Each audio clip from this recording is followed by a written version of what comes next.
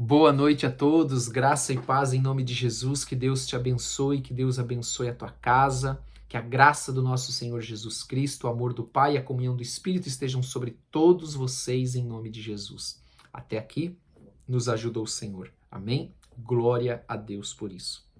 Quero pedir para você ir abrindo a sua Bíblia na carta, na epístola de 1 Pedro, capítulo 5, a partir do verso 5.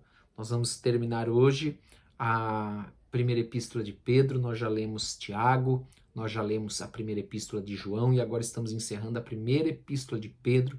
Tenho certeza que você foi edificado, porque a palavra de Deus diz que aqueles que ouvem a palavra e a praticam, eles estão construindo algo sólido.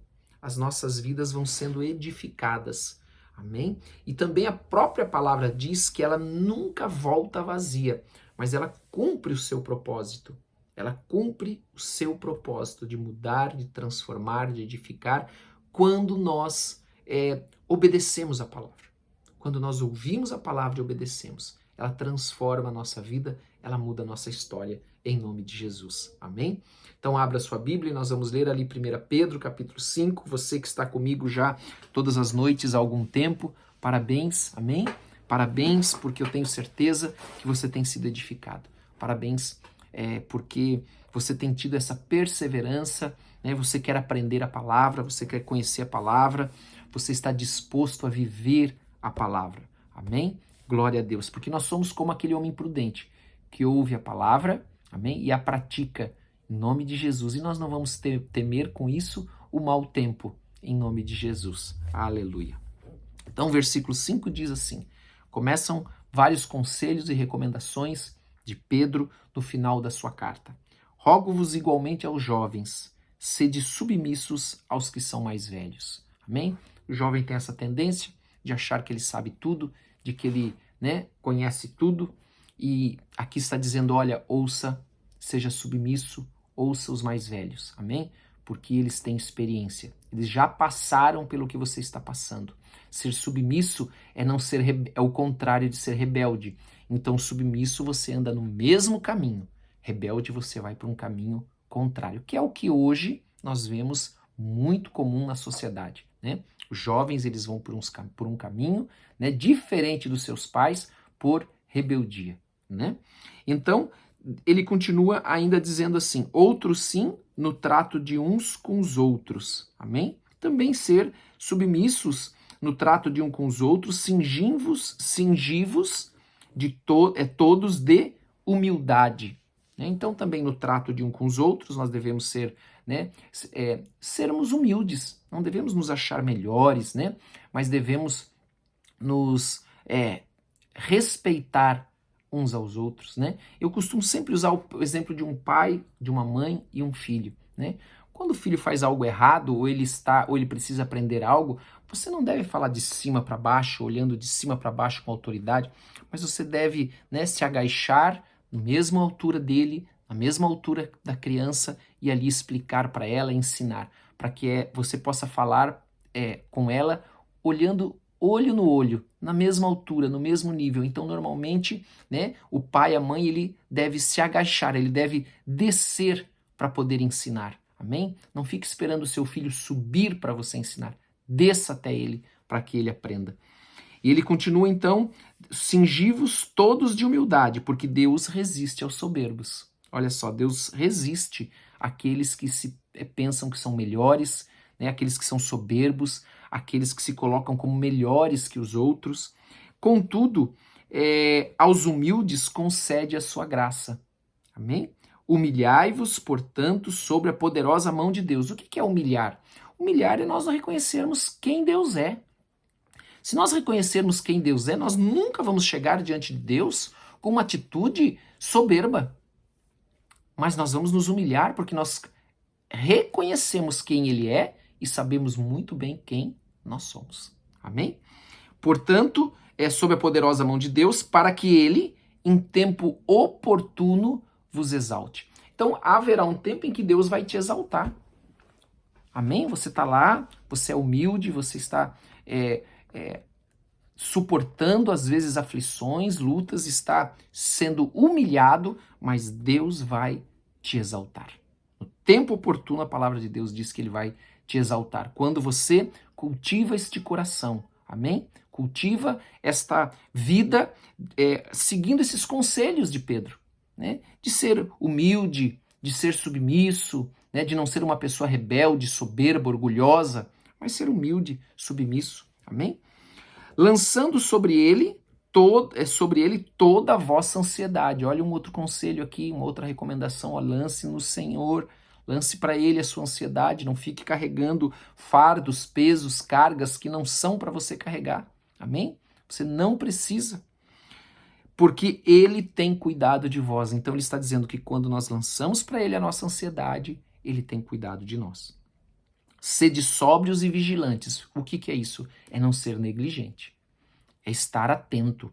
Por que nós devemos estar assim? Porque o diabo, vosso adversário, anda em derredor. Olha só, o diabo é o acusador, ele anda ao nosso derredor.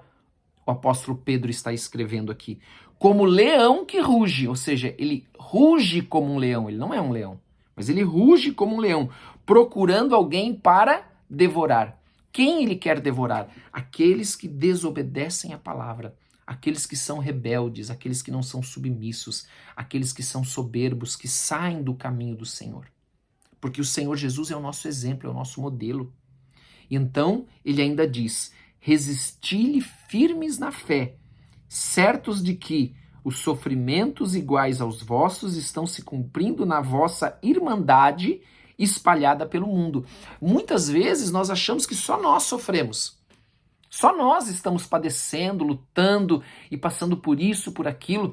Mas eu lembro, por exemplo, quando eu fazia visita num hospital aqui de Curitiba, muito conhecido, uma referência em câncer. Eu, na verdade, lá eu não fazia visita, lá eu levava a avó da minha esposa. A avó da minha esposa, eu levava ela para fazer as consultas dela, porque ela havia tido um câncer, teve que remover um dos seus seios, e ela teve então tinha que fazer as visitas e fazer as aplicações, enfim. Querido, se você acha que tem problema, você deveria um dia ir lá no Erasto Gettner, em Curitiba, naquela ala lá das pessoas que estão sofrendo, padecendo com câncer. Aí você vai ver que nós não temos problema. Nós não temos problema. E ele diz aqui então que essas lutas estão ocorrendo. Então todo mundo, em todos os lugares, estão tendo algum tipo de luta, algum tipo de batalha, sofrendo, lutando, pelejando. Não está fácil, né? Você acha que só não está fácil para você, mas não está fácil para muita gente. Mas o que ele diz? Resisti-lhe firmes na fé. Fique firme na fé, sabendo que não é só você que está sofrendo. Tem muitos irmãos seus espalhados pelo mundo com a mesma fé que você tem em Cristo, também, como diz aqui a palavra, sofrendo também da mesma forma. Amém? Então, resisti-lhes firmes na fé, certos de que sofrimentos iguais aos vossos estão se cumprindo na vossa irmandade, espalhada pelo mundo. Para nós terminarmos agora. Ora, o Deus de toda graça, que em Cristo vos chamou à sua eterna glória. Então você foi chamado por Cristo para a sua eterna glória. Amém? Depois de terdes sofrido por um pouco, ele mesmo vos há de aperfeiçoar, firmar, fortificar e fundamentar. Então entenda que esses sofrimentos, essas lutas pelas quais nós passamos, elas têm como objetivo nos forjar, nos lapidar, nos fortalecer, amém? Nos deixar mais fortes, amém? Forjados, né? Assim como é forjado o ferro, o aço, nos deixar mais fortes, mais resistentes. Então o Senhor está nos forjando, né? E nesta forja ele está também nos lapidando, para que o brilho do Senhor possa cada dia mais resplandecer nas nossas vidas.